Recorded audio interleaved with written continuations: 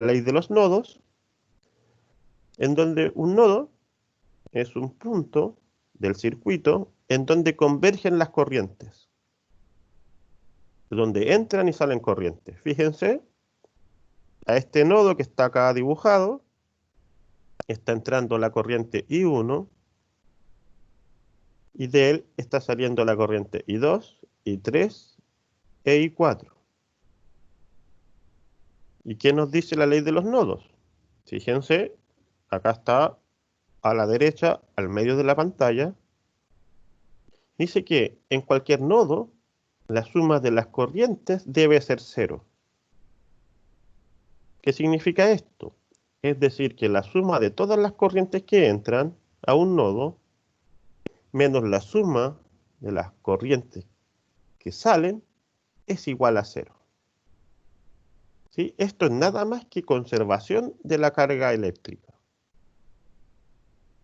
Entonces, fíjense, en fórmula, esto es la sumatoria con K moviéndose de 1 hasta N de todas las corrientes I sub K es igual a 0. Entonces, para hacer esta suma, uno tiene que ponerle un valor de signo a las corrientes que entran y el opuesto a las corrientes que salen. Entonces, simplemente por comodidad, uno le puede poner positivo el signo a todas las corrientes que entran al nodo y negativo al signo de todas las corrientes que salen del nodo. Entonces, fíjense, acá uno puede reescribir esta ecuación como que la suma de todas las corrientes que entran son igual a la suma de todas las corrientes que salen. Si se fijan, esto se debe porque la carga eléctrica se conserva, ¿sí? La carga que entra en este punto no se pierde, sino que se distribuye a través de las otras ramas del circuito. Entonces, ¿cómo uno lleva esto a una ecuación? Fíjense, en este caso uno escribe que I1 es igual a I2 más I3 más I4. Entonces, esa sería la ley de los nodos. Y hay una segunda ley de Kirchhoff, que es la ley de las mallas. Fíjense que una malla en un circuito es cualquier tramo que sea cerrado del circuito. Usualmente se le ponen letras a los nodos y esta malla, la que está acá ejemplificada en la pantalla, sería la malla A, B, C, D. Entonces, siempre una malla se puede identificar con 4 letras que corresponden a la letra de cada nodo que cierra el trazado de la malla. Otra cosa que uno tiene que asociar a una malla es la circulación de la corriente. ¿Sí? Uno puede darle el sentido positivo de las manecillas del reloj o darle el sentido negativo de las manecillas del reloj. Lo único que va a cambiar acá va a ser el signo de la ecuación. Va a ser multiplicarla por menos 1 a la ecuación que lleguemos. Fíjense. Entonces, la ley de las mallas nos dice que la suma de todos los voltajes en una malla es igual a 0.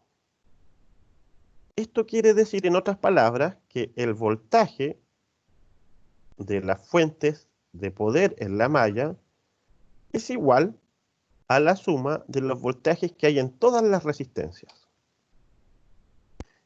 Y fíjense, esto es una consecuencia de la ley de conservación de la energía. Entonces, ¿cómo podemos escribir esto? En una primera instancia, fíjense, podemos escribir como la suma, la sumatoria, moviendo K de 1 hasta M, de todos los voltajes, de todos los V sub K, es igual a 0. ¿Sí? Entonces, de acá uno saca otra ecuación. Si se fijan, acá el voltaje de la fuente es V mayúscula. Y todos los otros voltajes, fíjense, son los voltajes que están en la resistencia. El voltaje R1 sería el voltaje que está en la resistencia 1, y así sucesivamente. Entonces, según la ley de las mallas, el voltaje de la fuente menos el voltaje de la resistencia 1 menos el voltaje de la resistencia 2 menos el voltaje de la resistencia 3 tiene que ser igual a 0.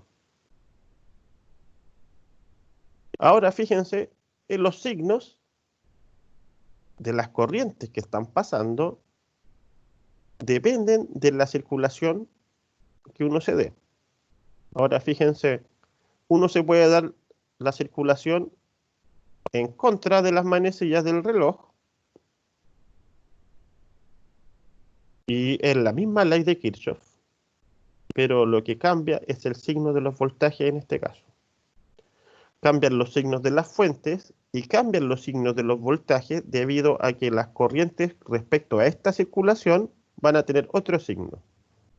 Vamos a ver luego a qué me refiero con esto, ¿sí?